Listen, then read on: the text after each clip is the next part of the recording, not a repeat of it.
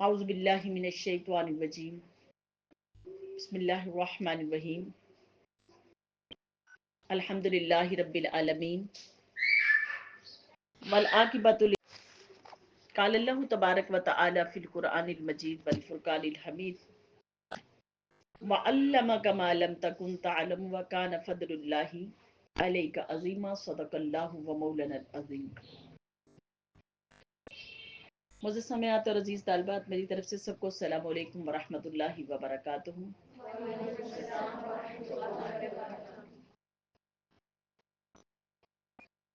عزیز طالبات، آج ہماری جو نشست ہے، آج کل جو ہمارے جو لیکچر چل رہے ہیں وہ مجالس علم پہ، اور یہ نا تحقیق ہے ہمارے شیخ محترم حضور سیدی ڈاکٹر طاہر القادری صاحب مدد اللہ علی، ان کی جو تحقیق ہے اس کے اندر سے ہم لوگ نا وہ دے رہے۔ تو اب یہ ہماری دو نشستیں تو ہم نے پہلے اس کے اوپر جو نا اس کو ڈسکس کر لیا ہے، اس کو پڑھ لیا، سمجھ لیا ہے۔ اب یہ جو تیسری نشست ہے اس کے اوپر ہم جو آج یہ تیسری نشست آج ہماری ہوگی۔ اب یقین مانو کہ اللہ پاک کے قرآن مجید کے اندر اتنی برکت ہے، اتنا کرم ہے اللہ پاک نے رکھا ہے قرآن مجید کے اندر کہ ہم جتنا بھی اس کو بیان کریں اتنا ہی کم ہے، جتنا ہی ہم سمجھے اتنا ہی کم ہے۔ اور یہ مجالس علم ہم رکھی بھی ہم نے اس لیے کہ ہمارے اندر جو علم کی جو نا فضیلت ہے، علم کا جو شوق ہے اور اس کی علم کی جو رغبت ہے وہ زیادہ بڑھ جائے، اس لیے ہم نے یہ علم کی فضیلت کے اوپر جو نا لیکچر رکھے ہیں۔ پچھلا لیکچر جو ہمارا مکمل ہوا تھا وہ اس آیت کریمہ پہ مکمل ہوا تھا کہ وَعَلَّمَكَ مَا لَمْ تَكُنْ تَعْلَمْ وَكَانَ فَضْلُ اللَّهِ عَلَيْكَ عَظِيمًا، اس پہ مکمل ہوا تھا۔ آج اسی سے ہم دوبارہ اس لیکچر کو شروع کرتے ہیں۔ اللہ کریم نے قرآن مجید کے اندر اس آیت کریمہ کے اندر ارشاد فرمایا، حضور علیہ الصلوۃ والسلام کو مخاطب کرتے ہوئے فرمایا کہ وَعَلَّمَكَ مَا لَمْ تَكُنْ، کہ اللہ پاک نے آپ کو اتنا محبوب علم دیا، اتنا علم دیا کہ وَكَانَ فَضْلُ اللَّهِ عَلَيْكَ عَظِيمًا، اور آپ پر اللہ پاک کا بہت زیادہ فضل ہے۔ یعنی حضور علیہ الصلوۃ والسلام کو مخاطب کرتے ہوئے رب کائنات نے کیا فرمایا؟ کیا فرمایا رب کائنات نے؟ ارشاد فرمایا کہ محبوب آپ کو اتنا علم دیا ہے، اتنا علم دیا میں نے کہ اپنے بعد اگر کائنات ارضی میں کسی بشر کا اگر کوئی علم ہے کسی کا تو وہ محبوب آپ کا علم ہے، اور اتنا علم آپ کو عطا فرمایا، اتنا علم عطا فرمایا آپ کو، آپ علیہ الصلوۃ والسلام کو۔ اور اگلی آیت کریمہ کے اندر پھر یہ دیکھو علم کی فضیلت، علم کی فضیلت کے حضور علیہ الصلوۃ والسلام کو اتنا علم اللہ پاک نے عطا فرمایا۔ اب اگر کوئی یہ کہے کہ حضور علیہ الصلوۃ والسلام کا جو علم ہے اللہ پاک کے علم کے برابر ہے تو پھر ہمارا عقیدہ درست نہیں ہے۔ یہ بھی ایک عقیدے کی بات ہے کہ عقیدہ درست نہیں ہے۔ اللہ پاک کا علم جو ہے نا، اللہ پاک کا اپنا علم ہے، اور حضور علیہ الصلوۃ والسلام کا جو علم ہے وہ عطائی علم ہے، عطائی علم ہے۔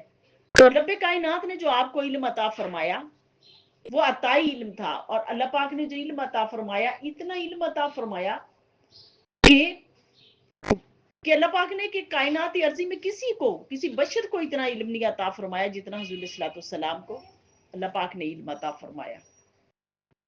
اور آگے ارشاد فرمایا اگلی آیت کریمہ سورہ اعراف کی آیت کریمہ 52 آیت کریمہ، جس کے اندر رب کائنات نے ارشاد فرمایا بَلَقَدْ جِئْنَاهُم بِكِتَابٍ فَصَّلْنَاهُ عَلَىٰ عِلْمٍ هُدًى وَرَحْمَةً لِقَوْمٍ يُؤْمِنُونَ۔ اللہ پاک نے اس آیت کریمہ کے اندر بھی ارشاد فرمایا کہ آپ کے پاس ایسی کتاب لائے ہیں ہم۔ اللہ پاک ارشاد فرما رہے کہ ایسی کتاب ہم آپ کے پاس لائے ہیں کہ فصلناہ علی علم، کہ جس کا علم مفصل ہے۔ اللہ پاک کیا فرما رہے کہ جس کا علم مفصل ہے، وہدم ورحمہ رحمت لقوم یؤمنون، اور یہ ہدایت اس قوم کے لیے جو ایمان رکھتی ہو، ایمان رکھتی ہوئی یہ ہدایت اس قوم کے لیے ہے۔ اب یہ اس آیہ کریمہ کے اندر سے ہمیں کیا جو ملا، اس آیہ کریمہ کے اندر سے ملا کہ علم جو ہے نا وہ ہدایت ہے۔ علم کیا ہے؟ ارشاد فرمایا علم ہدایت ہے، اور یہ قرآن جو ہے نا یہ رحمت ہے، یہ قرآن رحمت ہے۔ اور قرآن کا علم جو ہے نا یہ علم جو نا یہ ہدایت دیتا ہے، لیکن ہدایت کن کے لیے؟ کن کے لیے ہدایت؟ ارشاد فرمایا جو ایمان رکھتے ہیں۔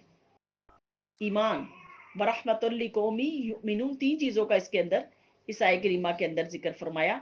پہلا فرمایا کہ یہ علم ہم نے کیا دیا آپ کو، امت مسلم کو اللہ پاک نے کیا عطا فرمایا، حضور صلی اللہ علیہ وسلم کو اللہ پاک نے کیا عطا فرمایا کہ فصلناہ علی علم، کہ یہ علم مفصل ہے قرآن کا اس آیہ کریمہ کے اندر۔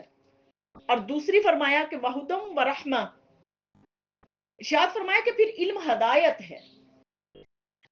علم ہدایت ہے کہ جو انسان ایمان لے آتا ہے اور پھر علم حاصل کرتا ہے اور اس علم کو حاصل کر کے اس کے اوپر عمل کرتا ہے، تو ارشاد فرمایا یہ علم اس کے لیے کیا بن جاتا ہے؟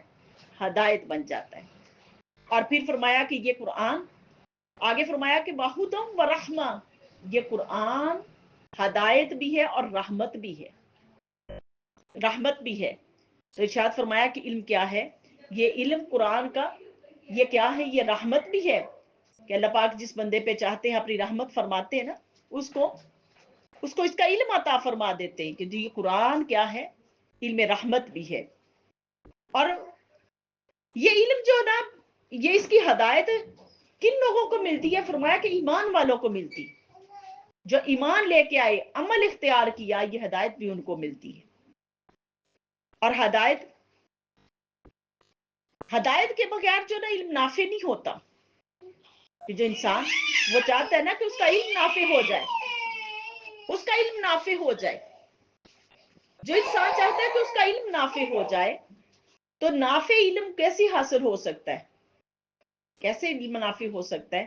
فرمایا کہ علم نافع ایسے ہو سکتا ہے کہ جب بندہ علم حاصل کر کے اس کے اوپر عمل کرے گا تو وہ علم کیا بن جائے گا؟ وہ نافع علم بن جائے گا۔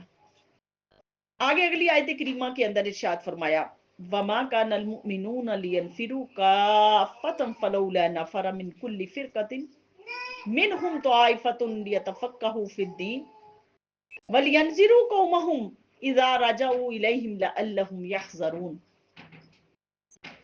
اور اس آیہ کریمہ کے اندر اللہ پاک نے ارشاد فرمایا، اب علم والوں کے لیے اللہ پاک نے علم والوں کو ہلایا اس کے اندر، کہ جو علم حاصل کرنے کے لیے جاتے ہیں، رب کائنات نے ان کو فرمایا کہ مسلمانوں پر کہ یہ ایک قوم ایسی ہونی چاہیے کہ جو علم کے لیے نکلیں، علم کے لیے نکلیں، اور ایک ایسا گروہ ہونا چاہیے مسلمانوں میں سے، ایک ایسی جماعت، ایک ایسا گروہ ہونا چاہیے جو علم کے لیے نکلے اور علم کے لیے کوشش کرے، جستجو کرے علم کے لیے۔ اور فرمایا کہ پھر علم حاصل کرنے کے بعد وہ واپس جب آئیں اپنی قوم کی طرف تو انہیں اس علم سے پھر ڈرائیں۔ کس سے ڈرائیں؟ آخرت کی ہولناکیوں سے، آخرت کی ہولناکیوں سے ڈرائیں۔ تو اللہ پاک نے اس آیہ کریمہ کے اندر کیا ارشاد فرمایا؟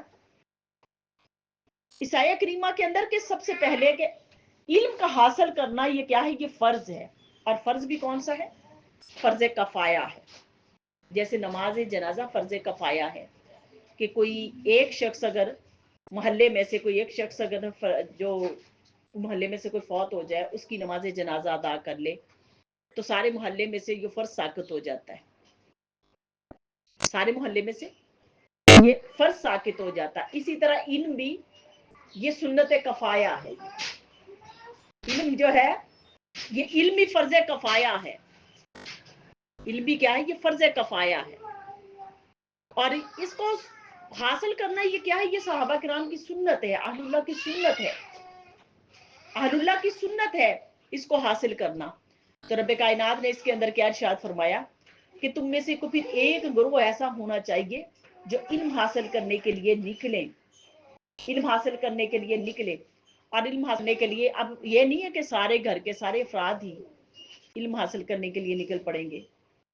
اگر ان میں سے کوئی ایک شخص بھی، گھر میں سے ایک شخص بھی علم حاصل کرنے کے لیے گھر سے نکلے اور علم حاصل کر کے پھر اپنے گھر والوں کی طرف اللہ پاک کیا فرما رہے کہ جب اپنے گھر والوں کی طرف لوٹے، جب اس کے اوپر اچھی طرح مہارت حاصل کر لے اس علم کے اوپر، یہ نہیں کہ ابھی اس کو خود سمجھ نہیں صحیح طرح آئی، اس کو خود سمجھ نہیں آئی اور وہ گھر میں جا کے کیا کر رہا ہے، وہ لڑائی جھگڑے کر رہا ہے، اس سے وہ لوگوں کے ساتھ جا کے مناظرے کرنا شروع ہو جائے، ابھی اس کو خود آیت کی سمجھ نہیں آئی، ابھی حدیث کی خود سمجھ نہیں آئی، لیکن کیا ہے، وہ لوگوں سے مناظرے کرنا شروع کر دے، بات بات پہ سوال جواب کرنا شروع کر دے۔ فرمایا کہ نہیں، تم میں سے ایک ایسی جماعت ہونی چاہیے، ہر گھر میں سے ایک فرد ہونا چاہیے جو علم حاصل کرے اور اس کے اوپر خوب مہارت حاصل کرے، اور مہارت حاصل کرنے کے بعد پھر اپنے گھر والوں کی طرف لوٹے، اور لوٹ کے پھر کیا ارشاد فرمایا کہ لوٹ کے پھر ان کو ڈرائے آخرت سے، جہنم کے عذاب سے ڈرائے، آخرت سے ڈرائے، قبر کے عذاب سے ڈرائے، ان کو وعید سنائے اس چیز کی۔ یہ کس کے لیے؟ جو علم حاصل کرتے، اللہ پاک نے ان کے لیے فرمایا۔ اور آگے ارشاد فرمایا کہ یہ دیکھو اگلی آیت کریمہ کے اندر، اب یہ تو میں نے یہ تھوڑی سی بات آپ کے اس کے اندر سمجھا دی ہے کہ علم کا حاصل کرنا یہ کیا ہے، یہ فرض عین ہے، علم یہ فرض عین ہے، یہ فرض عین ہے، جیسے روزہ، جو نماز روزہ یہ فرض ہے، نماز روزہ یہ فرض ہے اور اس کا رکھنا فرض ہے، اسی طرح انسان کا بنیادی علم کو سیکھنا بھی فرض ہے، بنیادی علم کا سیکھنا فرض ہے، فقہ کا علم سیکھنا فرض ہے، فقہ کا علم، قرآن کا علم، حدیث پاک کا علم، فقہ کا علم، یہ سارا علم سیکھنا یہ فرض ہے، یہ سارا علم سیکھنا یہ فرض ہے۔